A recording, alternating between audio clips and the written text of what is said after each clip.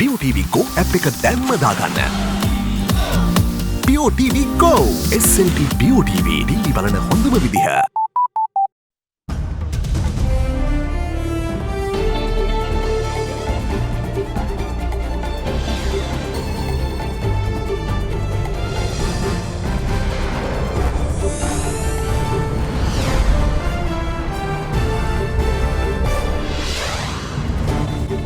Unrest. Tensions flare over a Facebook post prompting police to impose curfew with immediate effect. Clearing doubts. Defence Secretary says no suspect taken into custody was released without proper investigation. Expresses confidence in the country's security. No foreign forces. Army commander rejects any requirement of foreign troops in Sri Lanka. We do not encourage or advocate any troops requirement here. There is no reason for any country to send their armed forces. Corruption. ICC charges Sri Lanka cricket performance analyst Sana Jayasundara. All that and much more coming up on First at 9 this Sunday, the 12th May 2019. AdaDex ඇතුළත ඉදීම සමනය කරන අතර විනාඩි 5කින් ක්‍රියා කිරීම ආරම්භයි. AdaDex දිවියට නව දිනයක්. AdaDex වෙතින් එසේ කැක්කමට විශේෂඥ AdaDex Headfast ඉක්මනට සහනය අදම අත්විඳින්න. From AdaDerana, this is AdaDerana First at 9. Live from Studio 24 in Colombo.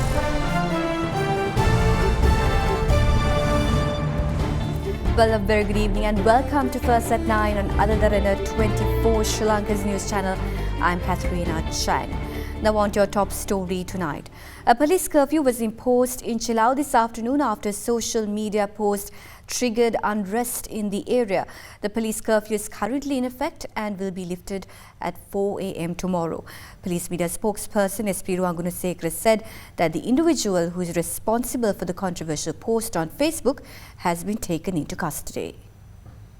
Tensions flared in Chilau this afternoon as a Facebook post that incited disunity amongst races prompted unrest in the area. Locals were seen expressing their discontent over the individual who posted the Facebook comment surrounding the shop where he was working in. Thereafter, a police curfew was immediately imposed as a measure to control the situation. The person who triggered the unrest was later arrested by the police. The reason behind the incident was a heated argument between two persons in Chilau on Facebook. A tense situation erupted when locals of the area surrounded the shop of one of the two persons who are responsible for the Facebook post. In order to control the situation, the police had to impose curfew in Chilau. We also took measures to arrest the person who posted the statement that triggered the unrest. He is identified as Abdul Hamid Mohammed Hazmat, a resident of Bazaar Street in Chilau. Action is being taken according to emergency laws. The area and everything else is under control and is currently peaceful. Meanwhile, grades 5 and below will begin their school term tomorrow following the Easter Sunday attacks. Minister of Public Administration Ranjit Madhuma Bandara said that the decision to reopen schools were taken after security forces assured the safety of all schools in the country. Meanwhile, President Maithripala Sirisena says that terrorism would not exist if developed nations stop manufacturing weapons. Speaking at an event in Polonnaruwa this morning, the president, who also touched on the threats of advanced technology, went on to say that technology should be used to develop humanity rather than destroy it. Several more projects completed under the Pibidemu Polonnaruwa District Development Programme was vested with the public by President Maithripala Sirisena this morning. One of these projects include declaring Polonnaruwa as Sri Lanka's first smart city. It is important to use advanced technology for progress and development of humanity. When you take a look at social media, you can find false information that mislead the public. We live in a world where social media is used to harm a person in various ways. According to studies conducted on social media by numerous countries, including ours, have discovered that almost 80% of content on social media created by uneducated persons are fabricated. Technology should never be used to destroy humanity. We all talk about terrorism and war. No terrorist organization builds their own weapons. They are produced by developed nations. It is clear that if developed nations do not build weapons, then terrorism would not exist. ලෝකේ බලවත් රටවල් ආයුධ නිෂ්පාදනය කරන්නේ නැත්නම් ත්‍රස්තවාදයකුත් නැහැ ලෝකේ. ඒක තමයි ඉතාමත්ම පැහැදිලි දේ. Commander of the Army Lieutenant General Mahesh Senanayake rejects any requirement of on-ground military help from any country to eradicate terrorism in Sri Lanka. In an interview with India Today, the commander said that the country only requires technical assistance to enhance capabilities on conducting future operations. In an interview yesterday, India Today questioned the commander of the army, Lieutenant General Mahesh Senanayake, on the attackers responsible for the Easter Sunday attacks visiting India. So they were travelling to India, they did come to various cities and various states of India, but who were they really connected with? Which are the people that they met with and being trained by? I believe so. I don't see any reason for them to visit for some other requirements. Yes, the Spices Typhoon sons, they have already gone there. They would have gone in the cover of onto business and they would have traveled there to meet these people. What's the kind of cooperation that you're getting and what is it that you really seek? We do not encourage or advocate any troops requirement here. There is no reason for any country to send their armed forces. But definitely we need technical assistance to enhance our capabilities on conducting the investigation and for future operational responsibilities. We always welcome our friends who are really friends in need. My relationship with Indian Army is very high and that understanding is already there. So I have requested assistance in terms of equipment, especially like bomb disposal equipment and vehicles. Prime Minister Ranil Wickremesinghe requests Buddhists to celebrate Vesak festival without fear as the government is fully dedicated to provide the necessary security in the country. The Prime Minister expressed these views after having called on the Chief Prelate of Kote Sri Kalyani Samgiri Sangha Sabha, Most Venerable Dr. Ittapane Dhammalanka Thera this evening. At the centre of the discussion was the Vesak festival. We can't neglect it and we must celebrate it. I told the Most Venerable Chief Prelate that the government is dedicated to hold the Vesak festival. Setting up pandals can be done after discussing with security forces. I will make a special request for all the Buddhists to celebrate Vesak.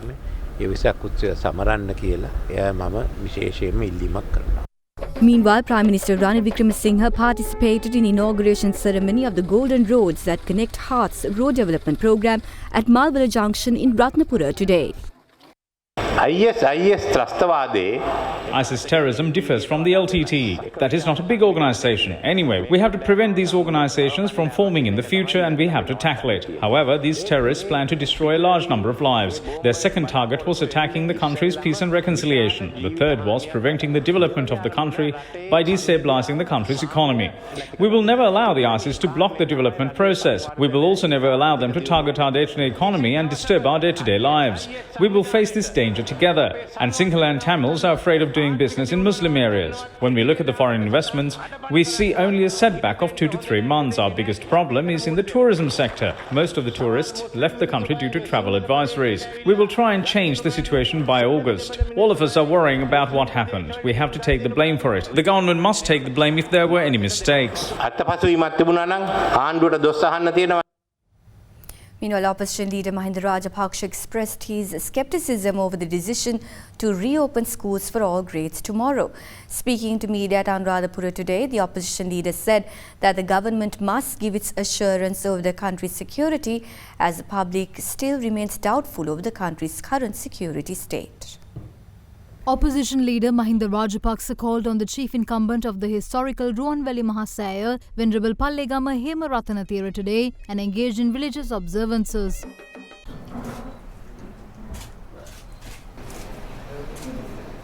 The opposition leader then met with Atamasthanaadhipati Most Venerable Dr. Pallegama Sirinivasa Nayaka Thera. He later expressed his views on the decision to open schools for all grades tomorrow. I'm not satisfied with the security provided at schools. Can one police officer protect an entire school? Even though parents have given their assistance, is this enough? The government has not even provided necessary security equipment for these schools. I think the government should rethink opening schools.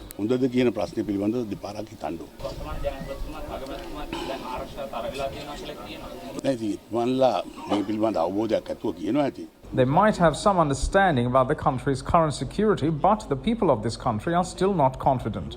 Parliamentarians are not even sending their children to school. We're looking at how many ministers and MPs will send their children to school tomorrow. The government must give their assurance over the country's security. Both the President and the Prime Minister must have a common stance on this matter. Well, we will now cross over to a short commercial break, but make sure you stay tuned for more local news coming your way.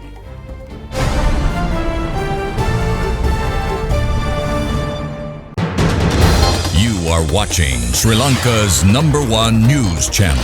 This is AdaDerana 24.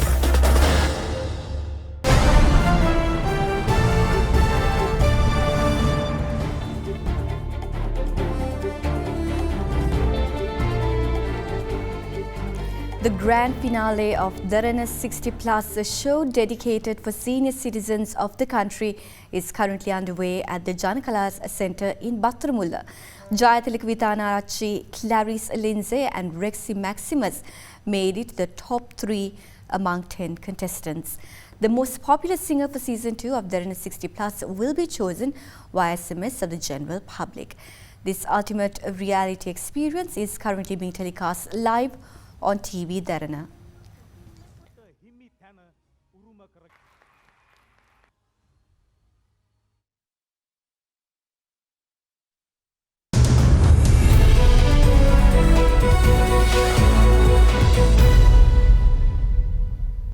Sri Lankan Airlines regional manager for North India, Nepal and Bangladesh, Chintaka Veerasinghe, says that Indian tourist traffic to Sri Lanka is expected to resume from Wednesday. His comments come in a backdrop where the government of India issued a travel advisory following the Easter Day attacks, requesting Indian nationals to visit Sri Lanka only if it is essential. This saw tourist traffic from India drop by 50%. Last year, out of 2.2 million foreign tourists who visited Sri Lanka, 450,000 were Indians, the highest number of tourists from any other country who visited the island on vacation.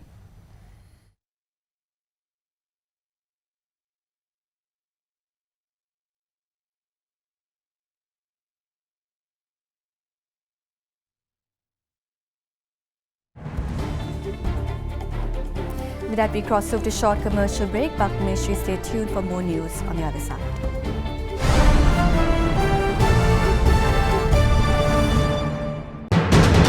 You are watching Sri Lanka's #1 news channel. This is AdaDerana 24.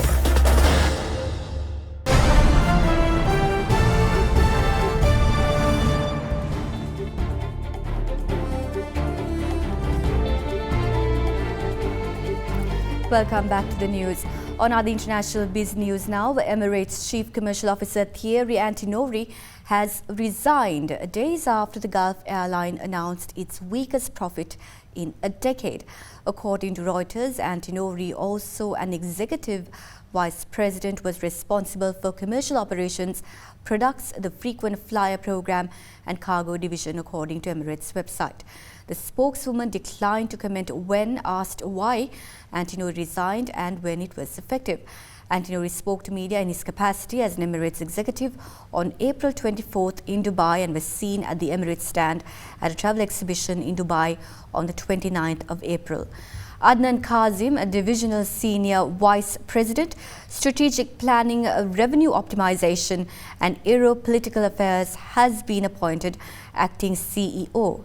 The spokeswoman said. Now, Emirates reported a 69% fall in full year profit last week, its lowest in 10 years, as soaring fuel cost and a strong dollar took a toll on earnings while passenger growth stalled.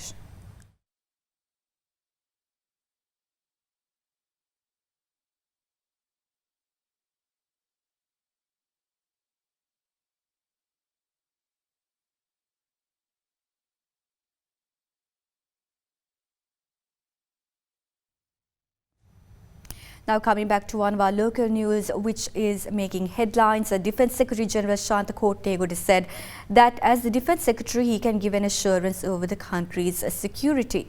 Defence Secretary made these remarks after visiting the Chief Prelates in Kandy today.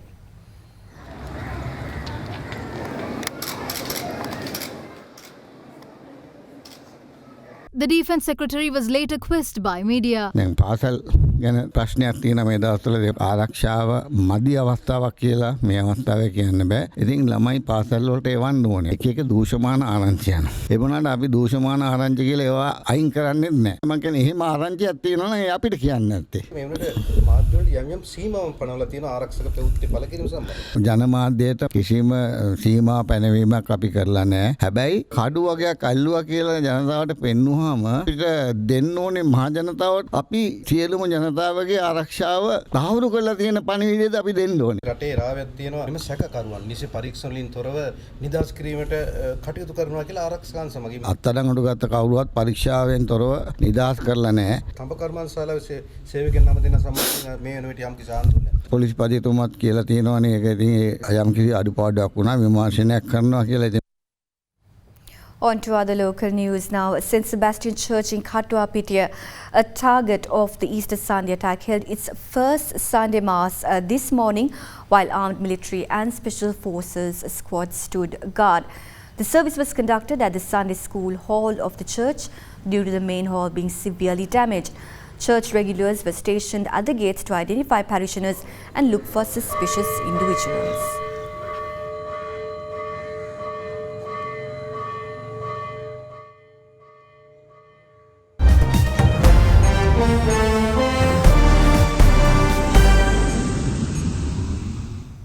Voters in North India lined up today to cast their ballots in the second to last round of a 7-phase general election, with Prime Minister Narendra Modi facing a diverse group of opposition parties seeking to deny him a second term. More than 100 million people across 7 states are eligible to vote in the 6th phase of the 39-day-long poll, which Modi began on the 11th of April as front runner after an escalation of tension with neighbouring Pakistan. But opposition parties have recently taken heart at what they see as signs of Modi's Hindu nationalist Bharatiya Janata Party may be losing ground and have begun negotiations over a post-election alliance even before polling ends on May 19th. Votes will be counted on the 23rd of May. A lack of new jobs despite annual economic growth of about 7% and the plight of farmers struggling with falling crop prices have been major worries for voters.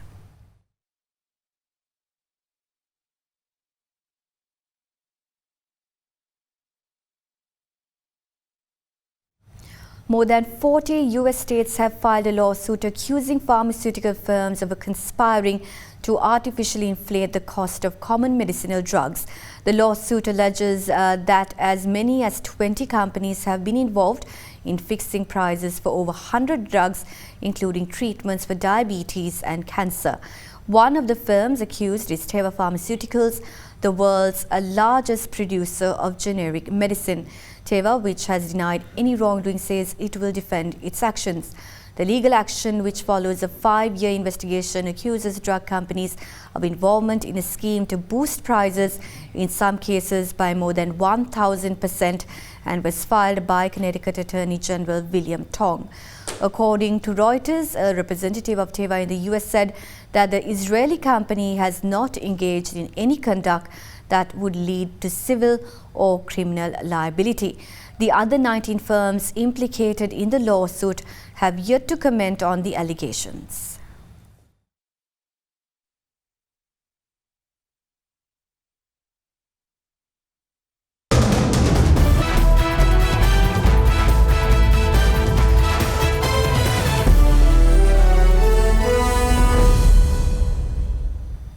The International Cricket Council yesterday charged Sri Lanka cricket performance analyst Sana Jayasundara with 2 counts of breaching the ICC anti-corruption code. Issuing a media communique yesterday, the sports governing body said that Jayasundara has been charged with offering a bribe or other reward to the Sri Lankan sports minister to contrive in any way or otherwise influence improperly the result, progress, conduct or any other aspect of an international match. He was also charged for obstructing or delaying an anti-corruption unit investigation into possible corrupt conduct under the ICC anti-corruption code. The move against Jayasundara comes after Minister Harin Fernando's revelation in January that a Sri Lanka cricket employee had offered him inducements to change the national squad. Cricket's world body gave a period of 2 weeks for the performance analyst to respond to the 2 charges brought against him.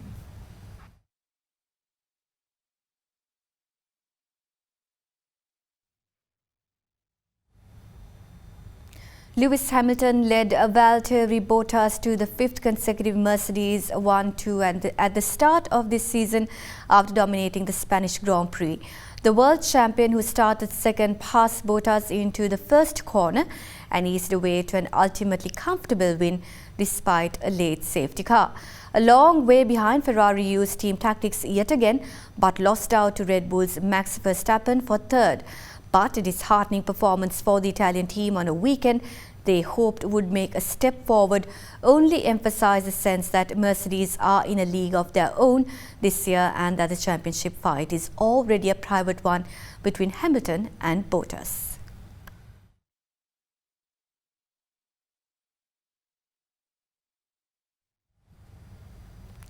Kiki Bertens won the biggest title of her career yesterday, beating Simona Halep in the Madrid Open final while also becoming the first woman ever to win a championship without dropping a set. In the men's draw, top seed Novak Djokovic and 8th seed Stefanos Tsitsipas will face off in a battle of experience against youth today in the Madrid Open final. Djokovic seeks his 3rd title in Madrid and 33rd ATP Masters 1000 title overall, while Tsitsipas looks to lift his first Masters 1000 crown.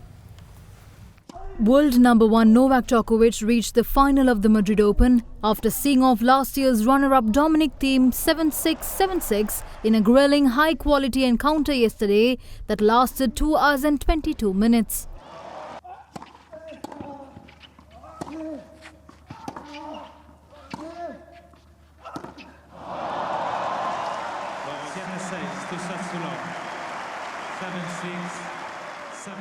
Stefanos Tsitsipas pulled off one of the biggest wins of his short but remarkable career by beating Rafael Nadal 6-4, 2-6, 6-3 yesterday to book his place in the Madrid Open final against world number 1 Novak Djokovic.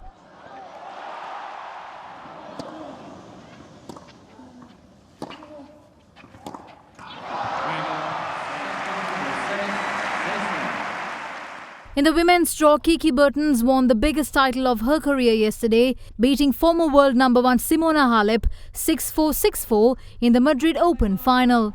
Bertens also became the first woman ever to win the championship without dropping a set.